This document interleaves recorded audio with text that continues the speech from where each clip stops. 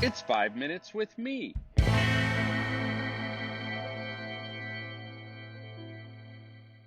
Hello, good people. Welcome to 5 Minutes with Marko.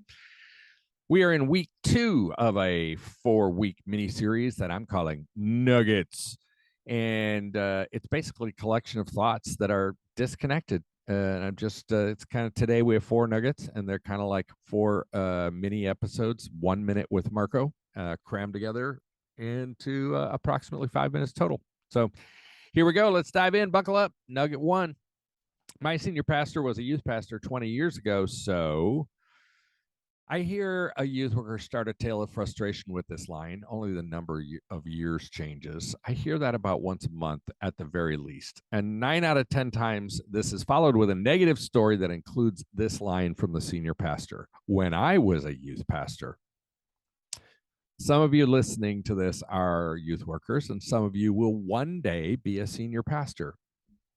Let's all stack hands on this. If we one day find ourselves out of direct youth ministry, but overseeing a youth worker, we will not be the one who utters this phrase, unless it's followed by things were certainly different.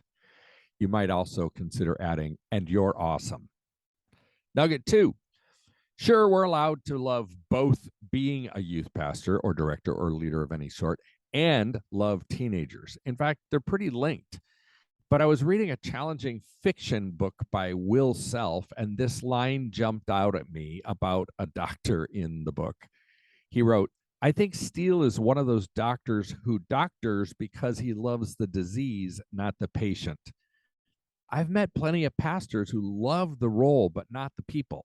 And sometimes I meet youth workers who fit that description. Pausing to reflect on your own prioritization of loves would be worth a few minutes of your time today. Nugget 3. We talk a lot about the need for ministry leaders and speakers to be vulnerable and authentic these days, and I'm all for that 100%. But some time ago, I heard a speaker that caused me to reflect on this a bit, and particularly the fact that the two, vulnerability and authenticity, are not synonymous. I was sitting in a congregation listening to a guy preaching. He was a guest speaker, but is apparently someone who speaks once or twice a year at this church, and people seem to love him. The congregation was amped. There's no question the guy was vulnerable. He shared openly about struggles and wrestling, and that approach itself can sometimes be a mess, more about the speaker experiencing catharsis at best or exhibitionism at worst. But I didn't sense this preacher was doing that. But there was something that was really deeply bugging me about the sermon, and it wasn't the content per se.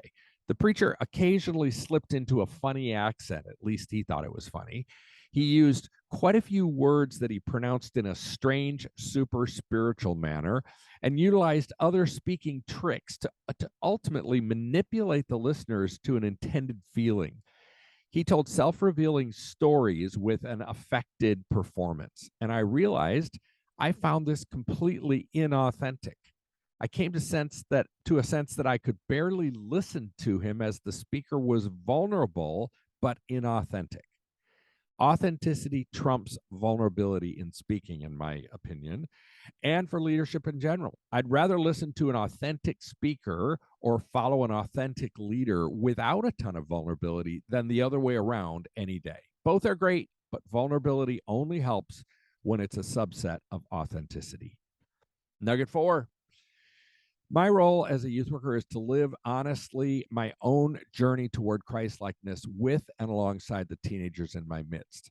I can't change teenagers. That's the Holy Spirit's job. I'm not directly in the transformation business. I'm in the transformation hosting business. Hosting is a metaphor that brings up sub-metaphors like stewarding. How do I steward the time I have with teenagers in a way that best exposes them to the transforming work of the Holy Spirit? And curation. How can I highlight and bring attention to the good stuff God is already doing in the world and in the lives of teenagers? And evangelist. Wait, did I just say evangelist? Yeah, but I don't mean it the way you might think. I mean it in the same way that Apple might have an evangelist on staff. My role as a youth worker is to be the evangelist for the teenagers in my church, not necessarily to them, but for them.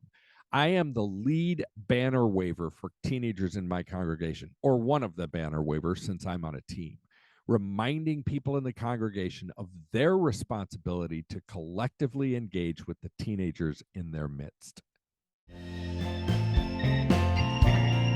The Youth Cartel Podcast Network.